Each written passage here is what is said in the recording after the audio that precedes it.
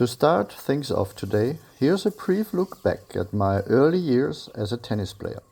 In 1986, at the young age of 17, I was on a long tour playing junior tennis, which was already an ITF tour back then. This tour lasted 13 weeks, starting in the US and then continuing on to South America. On this trip, I visited almost every country in South America and had the chance to play in tournaments there.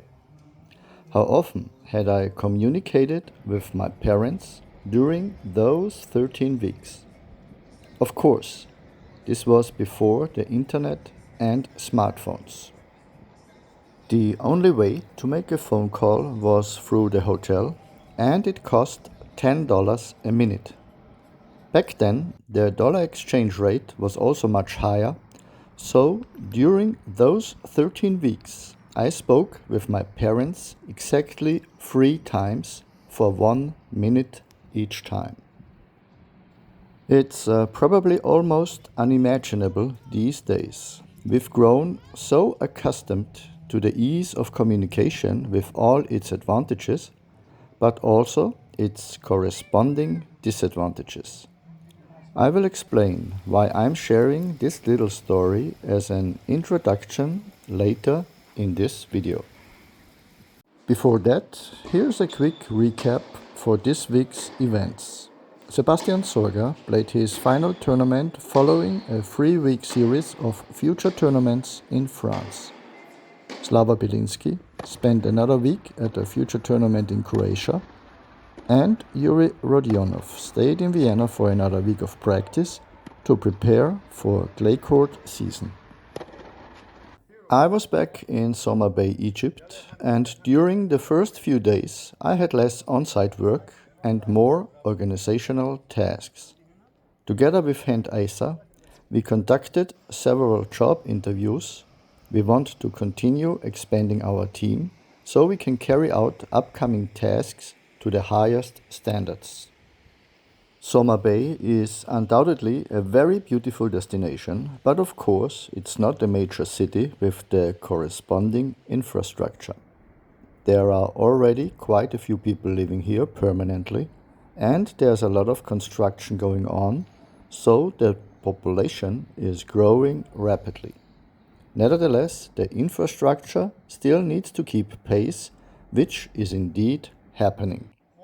I expect to see many expansion projects undertaken here over the next 2 to 3 years. For many people, the decision to work for us full-time here isn't an easy one and understandably requires careful consideration. However, when prospective employees see our facility and the destination, it becomes clear that the opportunities here are very promising for many of them. But now let's turn to the topic of easier communication and the problems that can arise from it. A major issue among professionals, regardless of their ranking, is the abuse directed at them via social media. Some of what is written there is a criminal offense and should therefore not be underestimated. The reason behind these hate messages is often that people lost bets on a particular player. Players don't just get these insults when they lose matches, it happens even when they win unexpectedly. As always, you can't please everyone. I am grateful that I wasn't exposed to that nonsense back in the day. A great deal is written behind the mask of anonymity, and it's not going to disappear from our world today, so everyone has to learn to deal with it. As always, there are different ways of looking at it. I don't need to go into the downsides any further, they are obvious.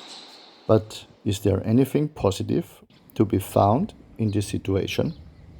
On the one hand, there are these hateful messages written in the heat of the moment, and you just have to learn not to take them personally, because they don't actually target the person directly. It's about a lost bet, and the person blamed for it is just a random target.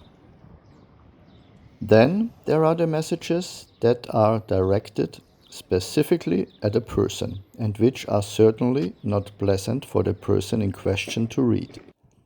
I'm familiar with these messages from my own experience as well. I actually find something positive in these messages, namely the fact that a person, usually hiding behind anonymity, is truly writing what they think. Of course, for yourself, whether it's true or not, you assume that what this person is writing is complete nonsense. But one thing remains true. This person thinks that about me, and that makes it, at least for this person, their truth. For my part, I'd rather be confronted with the truth than have something happen behind my back, which is usually the case. How you choose to respond to this opinion once it's been published is up to you. Perhaps it's sometimes wise to consider how that person arrived at that opinion. As long as it remains a matter of individual opinions, it's manageable. Sometimes, however, it can create a momentum or even be deliberately orchestrated and end in what's known as a shitstorm. This can, of course, seriously jeopardize livelihoods and cause emotional harm. Above all, the sense of powerlessness in the face of this situation must be extremely frustrating, especially when, as is often the case, it does not reflect the truth. The stupidity of the masses can be a powerful weapon, and there is little to suggest that people will be any less easy to manipulate in the future. It's therefore not surprising that public figures have learned to be very careful about expressing their opinion in public. That's why I admire all the more those who still follow their hearts and are willing to risk being unfairly labeled for doing so. Perhaps these people are the true heroes of our time. Major changes are unimaginable in the future, but when viewed in the past, often seem inevitable, provided the right people are willing to stand up for their ideals. Thank you for your interest and see you in the next video.